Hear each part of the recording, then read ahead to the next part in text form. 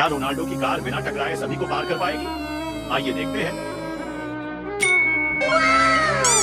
ये रही Lionel Messi की कार।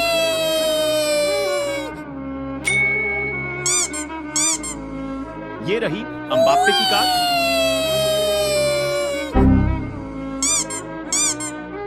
और ये रही नेमर की कार।